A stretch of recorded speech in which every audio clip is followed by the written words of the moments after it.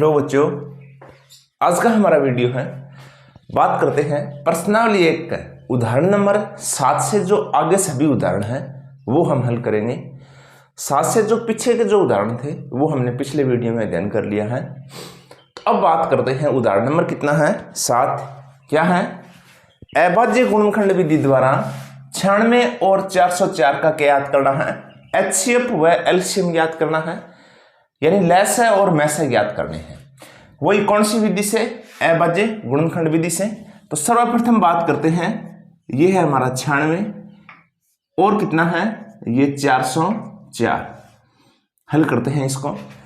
96 को 2 से डिवाइड करेंगे तो ये कितना आएगा? 2 चौके 8, 2 अंठे 16, 48। 48 को 2 से दिया तो ये 24, 24 में 2 का ये 12, 12 में 2 का दिया 6, 6 में 2 का 3, 3 में 3 का कितना 1। इसी प्रकार 404 को अगर 2 से करते हैं तो बनता है 202, 202 को 2 से करते हैं तो बनता है 101। 101 अभाज्य संख्या है तो इसमें 101 का ही भाग जाएगा तो कितना बनेगा 1। अब हम इसको अलग करके लिखते हैं जिस प्रकार ये 96 है, इसके जो गुणनखंड है वो कौन सी है? 2 कितनी बार है? 1 2 3 4 5 बार। 2 5 इंटू में कितना है 3। इसी प्रकार अगर बात करें 404 की तो 2 कितनी बार है? 2 बार इंटू में कितना है 100 कितना है 1। अब हमें ज्ञात करना है HCF और एलसीएम। सर्वप्रथम बात करते हैं HCF। HCF का क्या मतलब होता है? न्यूनतम घात रखना है, कम से कम घात रखना है और वो घात दोनों में होना चाहिए। जिस प्रकार इधर 2 का कितना है 5 है, इधर 2 का कितना है 2 है, तो 2 की न्यूनतम घात कितनी है 2 है, तो हम लेंगे 2 की 2। और कोई ऐसी संख्या नहीं है, ऐसी घात नहीं है, ऐसी संख्या नहीं है जो दोनों में है। इसमें 3 है, इसमें नहीं है, इसमें 101 है लेकिन इसमें नहीं है। तो हमारा HCF है वो कितना रहेगा? 2 का स्क्वायर का क्या मतलब बनता है 4। नेक्स्ट बात करते हैं, हमें ज्ञात करना है एलसीएम। एलसीएम में क्या होता है? अधिकतम घात रखना है। जिस प्रकार इधर 2 की 2 है, 2 की 5 है, तो 2 की कितना लेंगे हम 5 इंटू में पीछे जो जितनी संख्या बचे वो सभी रखना है। जिस प्रकार ये 101 इंटू कितना 3। इसको हल करते हैं। 2 की 5, 2 की 5 का क्या मतलब है? 2 को कितनी बार मल्टीप्लाई करना? 5 बार। जिस प्रकार 1 2 ये 3 4 और ये 5 इंटू अगर 101 को अगर 3 से मल्टीप्लाई करते हैं तो ये बनता है 303। 2 को 2 से मल्टीप्लाई किया 4, 4 को 2 से किया 8, 8 को 2 से किया 16, 16 को 2 से 32। तो अगर 32 को 303 से गुणा करते हैं तो कितना बनता है? आप चेक कर लेना, ये बनेगा 9696। तो हमारा HCF कितना आया 4 और एलसीएम कितना आया 9696। इसी प्रकार नेक्स्ट बात करते हैं, संख्या 6, 72 और 120 का अभाज्य गुणनखंड विधि द्वारा वही HCF व एलसीएम ज्ञात करना है। सर्वप्रथम संख्या 1 तो है हमारी 6, इसके अगर अभाज्य गुणनखंड करते हैं तो बनता है 2 3 3 और 1। इसी प्रकार 72 के अगर अभाज्य गुणनखंड करते हैं तो ये बनता है 2 36, 2 36 में 2 का दिया 18, 18 में 2 का दिया 9, 9 में 3 का 3 3 और कितना 1। इसी प्रकार अगर 120 के हम अभाज्य गुणनखंड करते हैं तो ये बनता है 2 दिया तो 60, 60 में 2 का ये 30, 30 में 2 का 15, 15 में 3 का तो 5, 5 में 5 का कितना बना 1। अब सबको अलग अलग करके लिख देंगे। 6 के जो अभाज्य गुणनखंड है वो किस रूप में है? 2 और 3 के रूप में। 72 की बात करें तो 2 कितनी बार है? 3 बार। 2 है 3 बार और 3 कितनी बार है? 2 बार। 120 के अगर अभाज्य गुणनखंड की बात करें तो 2 है हमारा 3 बार, एक 3 है और एक कितना है 5। अब हमें ज्ञात करना है, सर्वप्रथम हम बात करते हैं HCF की। वही न्यूनतम घात रखनी है। इधर 2 की घात 1 है, इधर 3 है, इधर भी 3 है, तो कितनी रखेंगे 2 की 1 या फिर 2 रख सकते हो। इसी प्रकार इधर 3 की 1 है, इधर 2 है, इधर 1 है, तो न्यूनतम की बात करें तो कितना बनता है 1। अब 2 को 3 से अगर मल्टीप्लाई करते हैं तो कितना बनता है 6, यानी इसका एच शेप है वो हमारा कितना आया है 6। नेक्स्ट बात करते हैं एलसीएम। एलसीएम में क्या करना है, अधिकतम घात रखना है। जिस प्रकार 2 की अगर अधिकतम घात की बात करें तो कितना बनता है 3, 2 की 3 इंटू में 3 की अगर अधिकतम घात की बात करें तो कितना है 2 इंटू में पीछे जो संख्या बची है वो कितना बचा है 5। इसको हल करते हैं। 2 की 3 का क्या मतलब हुआ, 2 की क्यूब यानी 8 इंटू 3 का स्क्वायर ये 9 इंटू ये 5। 8 को 9 से मल्टीप्लाई करते हैं तो 8 9 72, और 72 को अगर 5 से मल्टीप्लाई करेंगे तो कितना बनेगा 0, 35 और 1 36, 300 कितना 60। तो एच शेप है हमारा 6 और एलसीएम कितना बना 360। नेक्स्ट बात करते हैं, एग्जाम्पल नंबर कितना है 9 है। सिद्ध कीजिए कि √3 एक कौन सी संख्या है, अपरिमेय संख्या है। अगर √3 हो, √5 हो या फिर √2 हो, सेमी नियम है। अगर एक क्वेश्चन को आप अच्छे से समझते हो तो किस प्रकार हल करते हैं। तो सर्वप्रथम हमें क्या करना है, विपरीत लिखना है। क्वेश्चन में दिया गया है, यानी हमें यह सिद्ध करना है कि भी ये अपरिमेय संख्या है, लेकिन हमें इसके विपरीत लिखना है भी √3 है एक कौन सी संख्या है, परिमेय संख्या है। तो लिखेंगे हम, माना √3 एक परिमेय संख्या है, परिमेय संख्या है। अगर परिमेय संख्या है तो इसको हम P/Q के रूप में या फिर A/B के रूप में लिख सकते हैं। किसको, अगर √3 परिमेय संख्या है तो इसको हम लिख सकते हैं A/B के रूप में, जहां B का मान क्या नहीं होना चाहिए, 0 नहीं होना चाहिए। अब क्या करना है, क्रॉस मल्टीप्लाई करना है। इसके नीचे कोई संख्या नहीं है तो 1 रख देते हैं, तो कितना बनता है, ये आएगा A बराबर √3B, A बराबर √3B। अब हमें क्या करना है, वर्ग करना है। इधर लिखेंगे वर्ग करने पर, वर्ग करने पर तो कितना आएगा, A का भी वर्ग और √3B का भी क्या वर्ग। A का वर्ग करेंगे A स्क्वायर और इसका वर्ग करेंगे, √3 का वर्ग करेंगे तो √ हट जाएगा, 3 बचेगा, और B का वर्ग करेंगे क्या आएगा B स्क्वायर। अब हमें क्या करना है, एक लाइन लिखनी है। किस प्रकार, अच्छे से समझना है।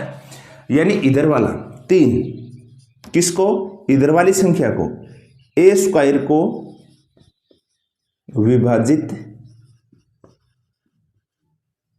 करता है, A स्क्वायर को विभाजित करता है। इसी प्रकार नेक्स्ट लिखेंगे 3 अगर A स्क्वायर यानी 3 इधर वाली संख्या को विभाजित करता है, अच्छे से समझना है।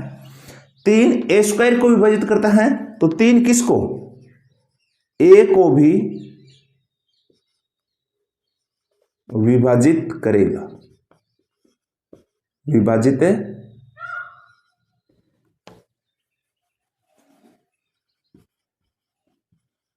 विभाजित करेगा। ये ऐसा क्यों होता है, ये है आपकी परिमेय। एक पॉइंट कितना है 3 A स्क्वायर को विभाजित करता है तो 3 किसको, A को विभाजित करेगा। किस प्रकार, ध्यान से समझना है। अगर कोई संख्या है, मान लो ये है 9, अगर 9 का स्क्वायर करते हैं तो 9 का स्क्वायर कितना बनता है 81, और एक संख्या है 9। अगर 81 3 से डिवाइड है तो 9 भी 3 से क्या होगा, डिवाइड। ध्यान से देखना है, 81 अगर 3 से डिवाइड है यानी 3 का भाग जाता है 81 में, तो 9 में भी 3 का भाग जाएगा, और दोनों के उत्तर क्या रहेंगे, ऐशमान। जिस प्रकार 81 को अगर 3 से डिवाइड करते हैं तो कितना बनता है 27, 9 को 3 से डिवाइड करते हैं तो कितना बनता है 3। तो अगर 3 A को विभाजित करेगा तो उत्तर आएगा कोई तीसरा, यानी A 3 को विभाजित करेगा तो उत्तर आएगा तीसरा, और उस तीसरे उत्तर को हम क्या मान लेंगे, C। इसको हम मान लेंगे समीकरण कितना 1। अब क्या करना है, सी के नीचे कोई संख्या नहीं है तो कितना रखा है, एक, क्रॉस मल्टीप्लाई करेंगे तो ये आएगा ए बराबर कितना, ए बराबर ये 3c, ए बराबर कितना 3c। अब इधर क्या करना है, ये ए स्क्वायर का इधर मान रखना है, इधर लिख सकते हो ए स्क्वायर का, इसको मान लेंगे हम कितना, समीकरण 2, ए स्क्वायर का मान समीकरण 2 में रखने पर, समीकरण 2 में रखने पर, अब इधर ए है और ए स्क्वायर का जो मान है वो कितना है, ये 3b स्क्वायर बराबर, अगर हमने इधर स्क्वायर का मान लिखा है तो इधर भी हमें क्या करना है, स्क्वायर करना है। ये 3c है, स्क्वायर का क्या मतलब होता है, इसको हम कितनी बार लिख देंगे, 2 बार। कोई संख्या कटती है काट देना, ये 3 से 3 क्या हो जाएगा, कैंसिल, तो कितना आएगा b स्क्वायर बराबर ये 3c को c से मल्टीप्लाई करेंगे तो कितना आएगा 3c स्क्वायर। अब सेम की सेम ये प्रीमे काम में लेना है, एक पॉइंट कितना 3। अब जिस प्रकार इधर वाली ये 3 किसको, ए स्क्वायर को विभाजित करेगा, यानी इधर वाली संख्या लिखी थी, सेम उसी प्रकार हम क्या लिखेंगे, 3 किसको, b स्क्वायर को विभाजित करता है, इधर लिखेंगे 3 b स्क्वायर को विभाजित करता है, तो 3 किसको, b को भी विभाजित करेगा, विभाजित करेगा, ये लाइन लिखनी है। इसके बाद क्या करना है, आपको जो इधर जो सिस्टम किया है सेम की सेम यही बातें लिखनी है आपको। किस प्रकार, समीकरण 1 व 2 से स्पष्ट है कि देखो कि भी 3 एक पूर्णांक है, 3 पूर्णांक किसका है, ए का भी है और बी का भी है। 3 पूर्णांक ए और बी का उभयनिष्ठ गुणनखंड है, यानी दोनों में है, ए का भी गुणनखंड है और बी का भी गुणनखंड है। परंतु यह कथन प्रारंभ से प्राप्त तथ्य का विरोधाभासी है, यानी उल्टा है। क्यों कि ए और बी में कोई गुणनखंड नहीं है, हालांकि इसमें ए और बी में एक गुणनखंड है, कौन सा है, 3 है। अतः निष्कर्ष निकलता है कि हमारी प्रारंभिक कल्पना थी, प्रारंभ में हमारी क्या कल्पना थी कि √3 है, एक कौन सी संख्या है, परिमेय संख्या है, जो क्या है, गलत है।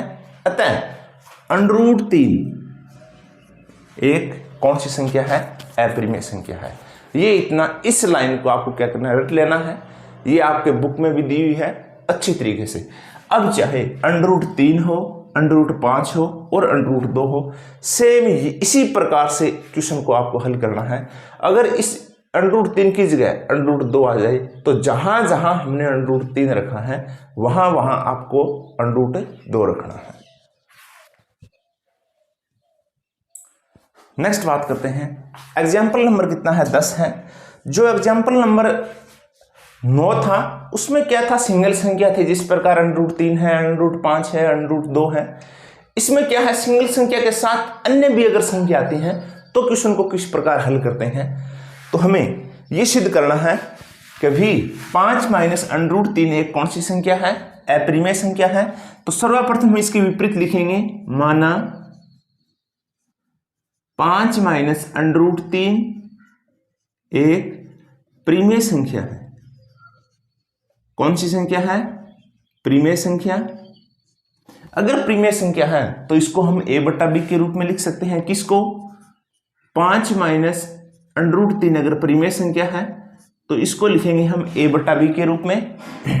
अब हमें क्या करना है, अगर इस प्रकार की अगर कोई संख्या बनती है, यानी √ के साथ कोई भी संख्या है, तो इसको हमें क्या करना है, इधर दूसरी तरफ क्या करना है, पक्षांतरण करना है। इधर ओनली हमें √ की संख्या रखना है।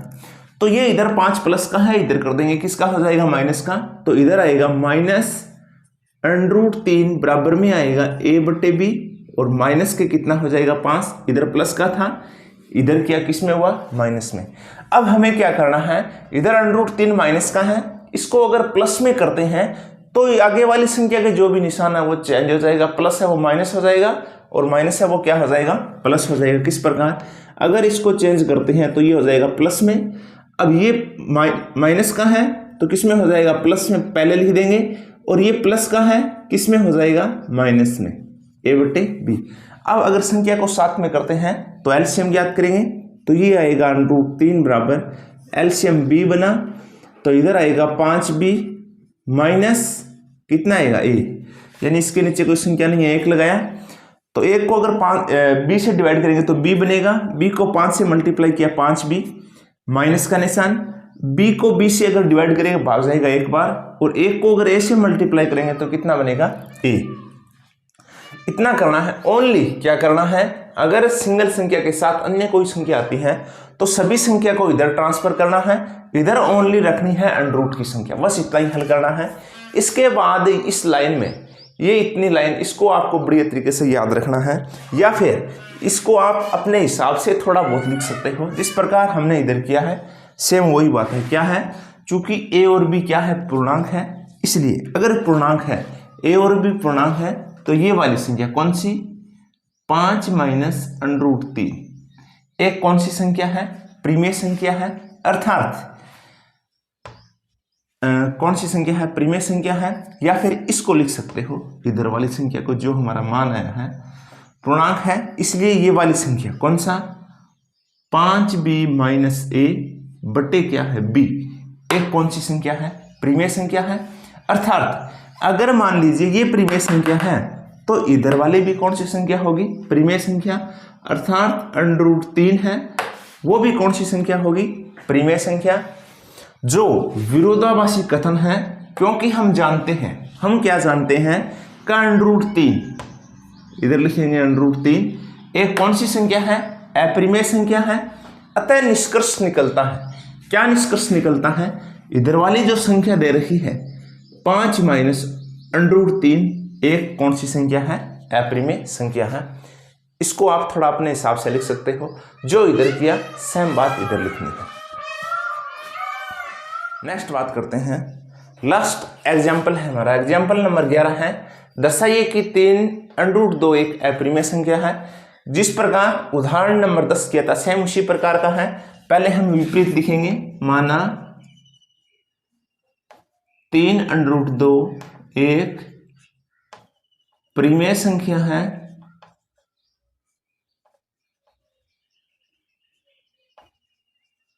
अगर प्रीमेय संख्या है तो इसको हम a बटा b के रूप में लिखेंगे। किसको, 3√2 अगर प्रीमेय संख्या है तो इसको लिखेंगे हम a बटा b के रूप में। अब वही इधर ओनली अंडर की संख्या रखनी है, बाकी संख्या को इधर ट्रांसफर करना है, तो इधर ये 3 है, वो किस में है, गुणा में है, इधर कर देंगे किस में हो जाएगा, भाग में, तो इधर कितना बचेगा, √2 बराबर आएगा ये a, और कितना बचेगा, 3b, √2 बराबर a बटे में आएगा 3b। इधर किस में था, ये 3 गुणा में था, इधर कर दिया किस में हो गया, भाग में। अब सेम वही बात, चूंकि a और b एक पूर्णांक है, इसीलिए ये कौन सा, a बटे 3b एक कौन सी संख्या है, प्रीमेय संख्या है। अगर ये प्रीमेय संख्या, अर्थात हम कह सकते हैं अगर ये प्रीमेय है तो इधर वाले भी कौन सी होगी, प्रीमेय, यानी √2 भी कौन सी होगी, प्रीमेय संख्या होगी। जो विरोधाभासी कथन है, क्योंकि हम जानते हैं, क्या जानते हैं का √2 एक कौन सी संख्या है, अप्रीमेय संख्या है। अतः निष्कर्ष निकलता है, क्या निष्कर्ष निकलता है कि जो संख्या है 3√2 वो कौन सी संख्या, एक है अप्रीमेय संख्या है। तो ये था लास्ट एग्जाम्पल। अगर वीडियो अच्छा लगे तो लाइक करें, शेयर करें, चैनल को सब्सक्राइब करें।